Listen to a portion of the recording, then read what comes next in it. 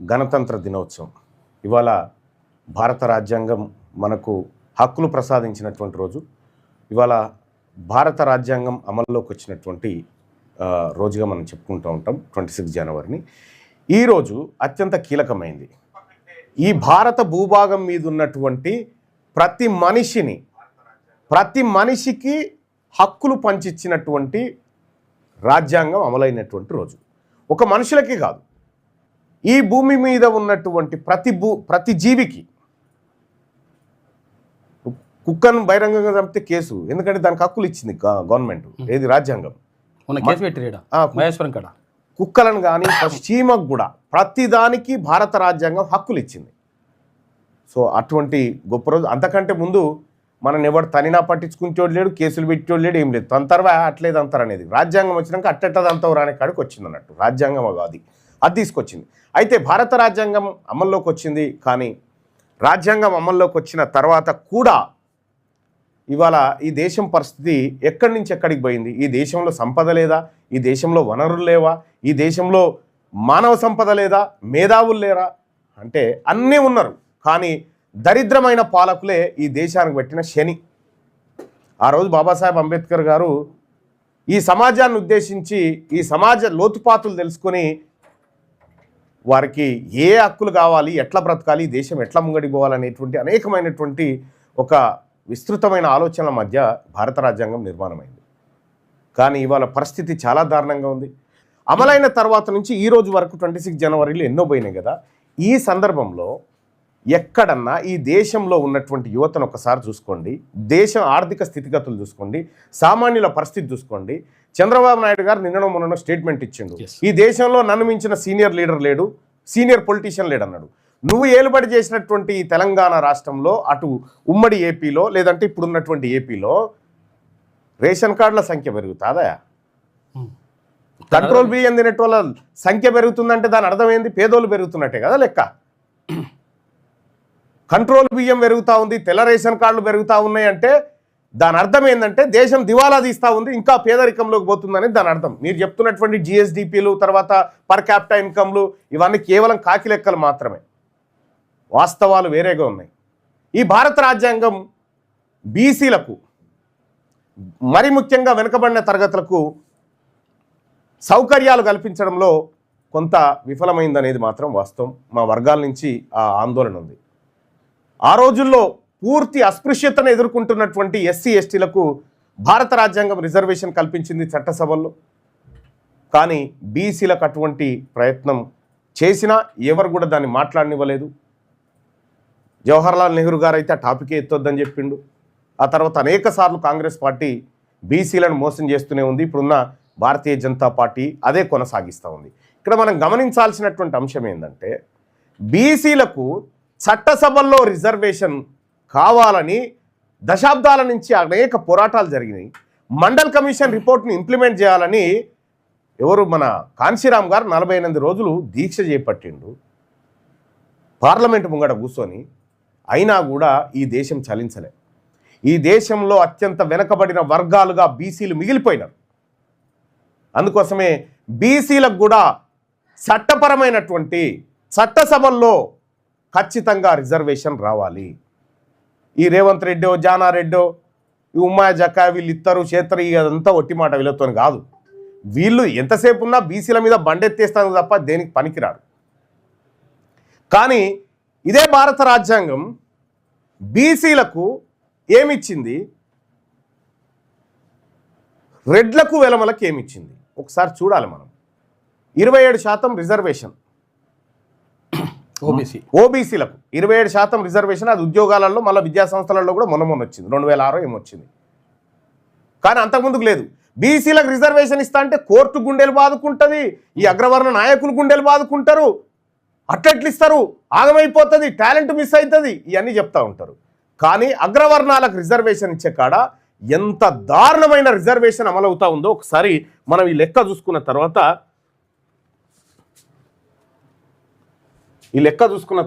మిగతా చోటికి పోదాం. వీటిలో జనం ఇప్పుడే జెండా ఆవిష్కరణ జరిగింది మా కార్యాలయంలో. అది ఇంటూ మార్క్ క్లోజ్ రైట్. ఇది ఈ దేశంలో ఈడబ్ల్యూఎస్ పేరు మీద దొంగతనంగా అప్పర్ క్యాస్ట్ వాళ్ళు వాడుకుంటున్న రిజర్వేషన్. వీళ్ళు 50% స్లాబ్ దాటినా ఏం కాదు, కానీ బీసీలు దాటొద్దట. ఇక్కడ మనం గమనించుకోవాలి, మొత్తం ఓసీ జనాభా డోర్ క్లోజ్, మొత్తం ఓసీ జనాభా 5% ఉన్నప్పుడు 5% ఉందనుకుందాం. 5% ఉంటే ప్రతి 100 మంది ఓసీలలో 95 మంది పైసలు ఉన్నోళ్ళే, 5 మాత్రం పేదోళ్ళు ఉన్నారు అనుకుందాం. ఈ పేదోళ్ళకి 5 కోసం రిజర్వేషన్ అంటే ఎంత? రాష్ట్ర జనాభాలో వాళ్ళ పర్సంటేజ్ ఎంత అవుతుంది? 0.25 అవుతుంది. 0.25 వాళ్ళకి 10% రిజర్వేషన్. పోనీ వాళ్ళ జనసంఖ్య అందులో 90 మందికి పైసలు ఉన్నాయి, 10 మంది దగ్గర లేవు అనుకుందాం. ఆ 10 మంది జనాభా కూడా రాష్ట్ర జనాభాలో ఎంత అవుతుంది? 0.50% ఆ 0.5%కు 10% రిజర్వేషన్. ఇక్కడ పోనీ ఓసీలలో 80 మంది దగ్గర పైసలు ఉన్నాయి, 20 మంది దగ్గర లేవనుకుందాం. 20 మంది పేదోళ్లకు ఈడబ్ల్యూఎస్ ఇస్తున్నారు అనుకుందాం. వీళ్ళ సంఖ్య ఎంత అవుతుంది? 1% అవుతుంది. 1% అనికి 10% రిజర్వేషన్. పోనీ వాళ్ళ ఓసీలలో ప్రతి 100 మందిలో 70 మంది దగ్గర పైసలు ఉన్నాయి, 30 మంది దగ్గర లేదనుకుందాం. వీళ్ళు రాష్ట్ర జనాభాలో ఎంత అవుతారు? 1.50% అవుతారు. కానీ 1.50% వాళ్ళకి ఎంత పర్సెంట్ రిజర్వేషన్? 10% రిజర్వేషన్. ఇక్కడ పోనీ ఓసీలలో ఇంకా ఎక్కువ పేదలు ఉన్నారా అనుకుందాం. 160 మంది దగ్గర పైసలు ఉన్నాయి, 40 మంది దగ్గర లేవనుకుందాం. ఈ 40 మంది రాష్ట్ర జనాభాలో ఎంత అవుతారు? 2% అవుతారు. ఈ 2% పబ్లిక్ ఎంత ఇస్తున్నారు రిజర్వేషన్? 10%. ఇక్కడ పోనీ 50% మంది పేదోళ్ళే ఉన్నారు రెడ్లల్లో వెలమల్లో అనుకుందాం. వాళ్ళకు 50% మంది పేదోళ్ళు ఉంటే 50% మంది ధనవంతులు ఉన్నారు. ఈ 50% మంది రాష్ట్ర జనాభాలో ఎంత అవుతారు? 2.5%. 2.5% వాళ్ళకి ఎంత రిజర్వేషన్? 10%. ఒక్కనొగనికి 4 రిజర్వేషన్లు అన్నట్టు ఈ లెక్కన. అంతే, ఒక్కనొగనికి 4. పోనీ వీళ్ళు 5% ఉన్నప్పుడు ఈ లెక్క అనుకుందాం. ఓసీ జనాభా అంతకంటే ఎక్కువ మేము 10% ఉన్నాం అన్నారు అనుకో. సరే, 10% ఉంటే ప్రతి 100 మందిలో 95 మంది పైసలు ఉన్నోళ్ళు అనుకుందాం, 5 లేవనుకుందాం. ఈ లేని 5 ఎంత రిజర్వేషన్ ఇస్తా ఉన్నారు? 10%. ఇక్కడ 90 మందిలో పోనీ 50 మంది అనుకో. 50 మంది పేదవాళ్ళు ఉన్నారు, 50 మంది ధనవంతులు ఉన్నారా మా ఓసీలలో అనుకో. వాళ్ళు ఎంత అవుతారు? రాష్ట్ర జనాభాలో 5% అవుతారు. 5% మనకి 10% రిజర్వేషన్ ఎట్లా వస్తుంది? ఏం చేసినా కానీ పోనీ అయ్యా వాళ్ళు 15% ఉన్నారనుకో. రేవంత్ రెడ్డి చెప్పిన లెక్క ఇదే. 15% ఉన్నారనుకుందాం. 15% ఉంటే ప్రతి 100 మందిలో 95 మంది దగ్గర రెడ్ల దగ్గర పైసలు ఉన్నాయి అనుకుందాం, వెలమల దగ్గర. అందులో 5 దగ్గర లేవనుకుందాం. ఈ 5 ఎంత అవుతారు? రాష్ట్ర జనాభాలో 0.75% అవుతారు. 1% లేని వాళ్ళకు 10% రిజర్వేషన్. ఇక్కడ పోనీ ఇదే అగ్రవర్ణ పేదలలో 70% మంది దగ్గర పైసలు ఉన్నాయి, 30 మంది దగ్గర లేవనుకుందాం. ఈ 30% మంది రాష్ట్ర జనాభాలో ఎంత పర్సెంటేజ్ అవుతారు? 4.50 అవుతారు. 4.50 వారికి 10% రిజర్వేషన్. ఎంతకంటే ఎక్కువ లేదు, అనుకోవడం కూడా కరెక్ట్ కాదు. పోనీ 50 సగానికి సగం పేదలు ఉన్నారని అనుకుందాం. సగానికి సగం పేదలు ఉన్నారని అనుకుంటే 50% మంది దగ్గర పైసలు ఉన్నాయి, 50% మంది దగ్గర లేవనుకుందాం. ఇప్పుడు రాష్ట్ర జనాభాలో వీరి పేదవాళ్ళ ఈడబ్ల్యూఎస్ అర్హుల శాతం ఎంత అవుతుంది? 7.50. 7.50 వానికి 10% రిజర్వేషన్. వీళ్ళ లెక్క ప్రకారమే 7.5 వానికి 10% రిజర్వేషన్. 50% మంది ఉంటే కదా, 50% మంది ఉంటే అది ఉంటే కూడా వాళ్ళు కేవలం 0.75%. 0.75% వాళ్ళకి 10% ఈడబ్ల్యూఎస్ రిజర్వేషన్ అమలు అవుతా ఉంది. ఈ దేశం, ఈ రాజ్యాంగం వాళ్ళకి ఇచ్చింది. ఈ రాజ్యాంగాన్ని వాళ్ళు కమ్మలు మార్చుకున్నారు, వాళ్ళు చింపేసుకొని కొత్త కమ్మలు రాసుకున్నారు ఈ రాజ్యాంగంలో. ఇదే బీసీలకు మాత్రం 162% ఉన్న బీసీలకు 27% రిజర్వేషన్. 162 ఉన్నోనికి 27%, 27 ఇస్తున్నారా? 5 లేనోనికి 10%. 27 కూడా లేదు. ఇప్పుడు ఇది భారత రాజ్యాంగం ఇస్తున్న రిజర్వేషన్ విధానం. బీసీలారా, ఇన్ని సంవత్సరాలు 76 సంవత్సరాలు గడిచిపోయింది కదా మనకు. ఏది స్వతంత్రం వచ్చి ఏది భారత రాజ్యాంగం అమలైపోయి 76 సంవత్సరాల నుంచి ఈ రోజు వరకు ఏం జరుగుతుందా? 1950 నుంచి ఇగో ఇది వీళ్ళ రిజర్వేషన్ ఫ్యాక్టరు. మనకేమో ప్రతి 10 మంది ఉంటే మనకు ఒక్కరికి రిజర్వేషన్ వస్తుంది. ఈడు ఒక్కడుంటే వానికి 10 రిజర్వేషన్లు. ఎస్, ఇంకో ఇది ఈ దేశంలో అమలవుతున్న రిజర్వేషన్ సిస్టమ్. ఎస్సీ ఎస్టీలకు వాళ్ళ జనాభా దామాషా ప్రకారం భారత రాజ్యాంగం స్టార్టింగ్ లోనే కల్పించింది, వాళ్ళు ఎంత ఉన్నారో వాళ్ళకి కల్పించింది, అయిపోయింది. మరి ఇక్కడ బీసీల విషయంలో ఎందుకు ఇట్లా జరిగింది? ఎందుకంటే బీసీలు ఈ దేశంలో ఈ రాష్ట్రంలో అధికారంలో లేరు కాబట్టి వాళ్ళ గురించి పట్టించుకుంటోడు లేడన్నట్టు. ఇట్లా ఇన్ని రకాలుగా ఇదంతా క్లియర్ డాటా కదా. ఏ పత్రిక అన్నా తెలంగాణ రాష్ట్రంలో కానీ ఈ దేశంలో ఉన్న కొన్ని నేషనల్ మీడియా వేస్తాయి, కానీ ఈ తెలంగాణలో ఉన్న ఏ పత్రిక అన్నా ఇగో ఇదిరా జరుగుతున్న అన్యాయం బీసీలకు కానీ ఒక్క పత్రికనన్నా పెట్టిందా?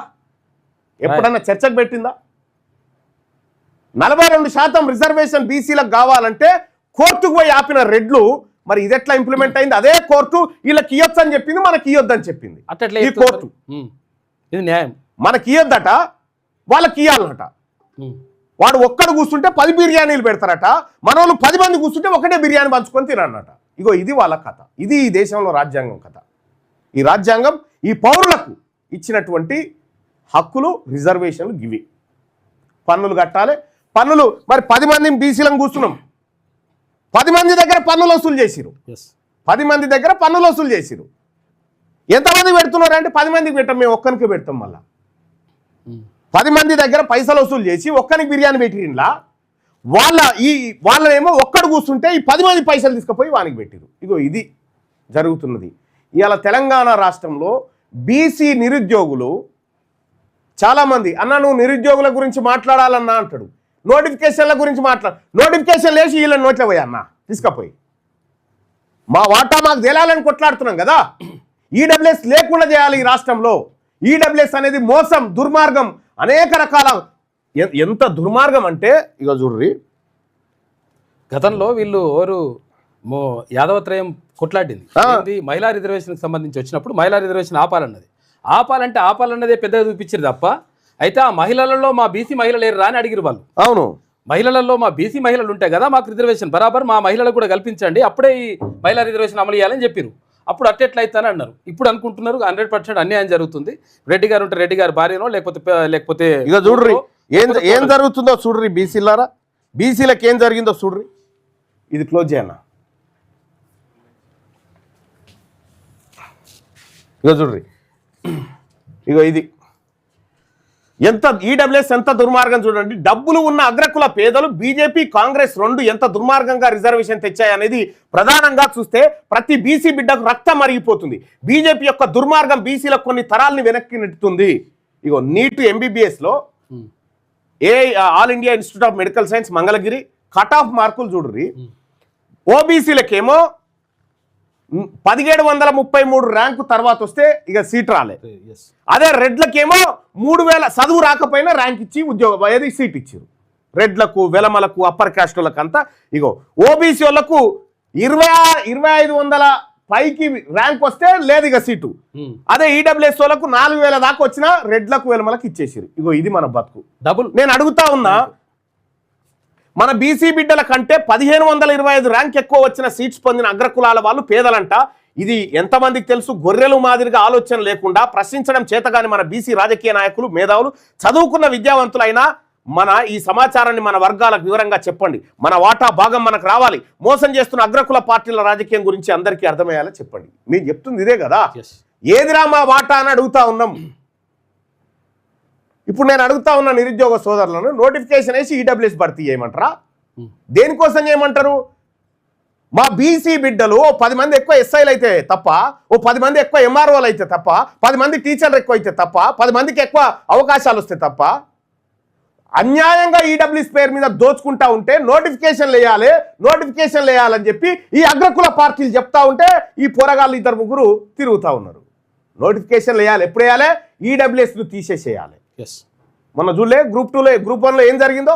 మొత్తం రెడ్లు 172 మంది రెడ్లు దొరబడ్డారు. దాంట్లో రెడ్లు, వెలమలు 172 మంది అందులో దొరబడ్డారు. 563 పోస్టులలో 172 మంది రెడ్లే దొరబడ్డాడు. విషయం ఏంటంటే, ఒక విద్యార్థికి సార్ చదువు చెప్పిండు, వాడంతా లావర్సి తిరిగిపోదా పట్టించుకోలే. ఆ తిరిగిన రెడ్డి పోరానికి వచ్చింది, చదువు చెప్పిన సార్కు రాలే గ్రూప్ 1 ఉద్యోగం. చాలా మంది జరిగింది ఇది. వానికి చదువు రాదు, వానికి గ్రూప్ 1 వచ్చింది, వానికి చదువు నేర్చుకోరా అని మొత్తం పుస్తకాలన్నీ పఠనం చేసిన సార్కు రాలే గ్రూప్ 1. నేను చెప్తా ఉన్నా నిరుద్యోగ సోదరులారా, ఇక్కడ ఏవైతే ప్రేరేపిత ఉద్యమాలు జరుగుతాయో వాస్తవాన్ని గ్రహించండి. ఇక్కడ ఈడబ్ల్యూఎస్ ఖతం చేయకపోతే ఎన్ని నోటిఫికేషన్లు వేసినా నీకు ఏమొస్తుంది? ఫస్ట్ ఈడబ్ల్యూఎస్ను అంతం చేయాల్సిందే, లేదా మా వాట మాకీరి, మా పాలు మాకిచ్చేరి. మీరు చెప్పిన దానికి మా లెక్కలు కులగణలో లెక్కలు జరిగి 56 ఇచ్చేరు మాకు, మా 56 మాకు ఇచ్చేరి. మీరు ఇయ్యారని మాకు తెలుసు, అందుకోసమే తీసుకోవడానికి వచ్చినాం.